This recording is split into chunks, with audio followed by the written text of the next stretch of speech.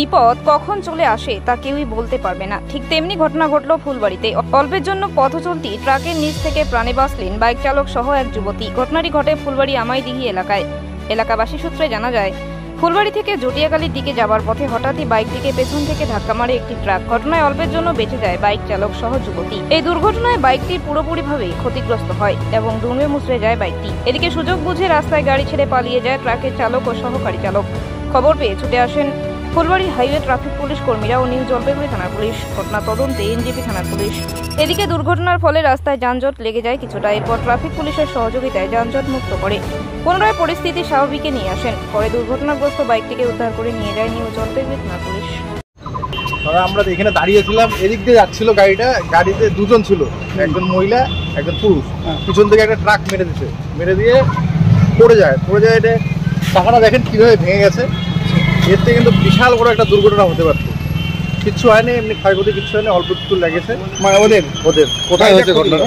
গাড়িটা ক্ষতি হয়েছে এই তো মুখটার মধ্যে, ফুলবাড়িতে। তো ফুলবাড়ি বললাম যে ওটা প্রচণ্ড ক্ষতি হয়েছে, চাকাটা ভেঙে গেছে, কিন্তু মানুষদের কিছু হয়। আমার নাম সুরজিৎ দত্ত। হ্যাঁ, সুরজিৎ দত্ত। কখন ঘটলো এটা? এই তো 10 মিনিট আগে। বাকি বড় গাড়িটা কি গাড়ি ছিল? বড় ট্রাক গাড়ি ছিল। বলুন, এখানে কি মাঝে মধ্যে দুর্ঘটনা ঘটে?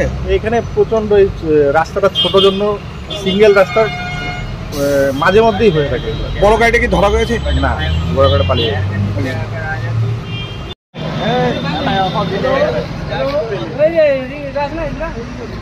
হ্যালো,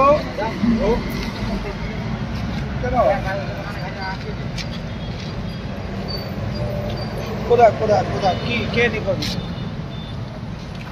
কোথায় বাড়ি? ও বাড়ি কোনটা? তোর বাড়িটা কোথায়? আর আছিস?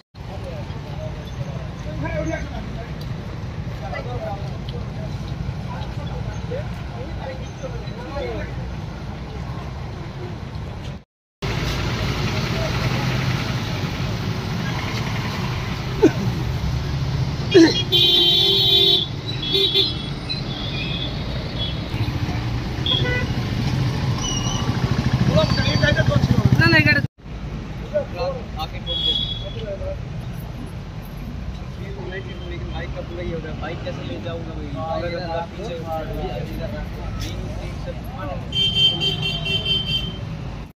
ठीक है, ये माला चला के बात करते हैं। ये लगा ले भागे चल ले क्या ठीक है, फिर भागे कोई आता